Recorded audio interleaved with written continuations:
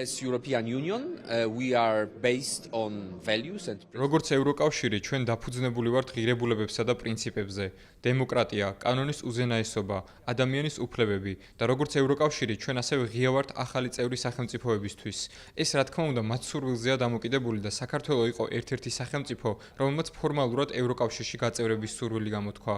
ზუსტად იმავე მთავრობამ, ქართული ოცნების მთავრობამ 2022 წელს ევროკავშირში გაწევრებაზე განაცხადი შემოიტანა. აქ გამომგზავნეს როგორც ევროკავშირის წარმომადგენელი, რათა პროცესში დაგხმარებოდით და დავრწმუნებულიყავი, რომ საქართველო გახდებოდა ევროკავშირის წევრი ქვეყანა რაც შეიძლება მალე. თუმცა წევრობაზე განაცხადის შემოტანით პოლიტიკოსებმა აიღეს პასუხისმგებლობა საქართველოში რეფორმების გატარების, რათა ქვეყანა ერთ-ერთი ჩვენგანი გამხდარიყო.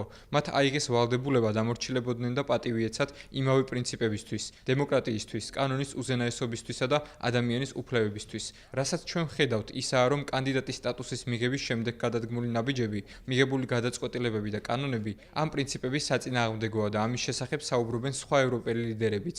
ჩვენ ვთხოვეთ საქართველოს, რომ ეს არ გაეკეთებინა და დაგვახლოვებოდა. სამწუხაროდ ჩვენი ხმა სრულად დააიგნორეს.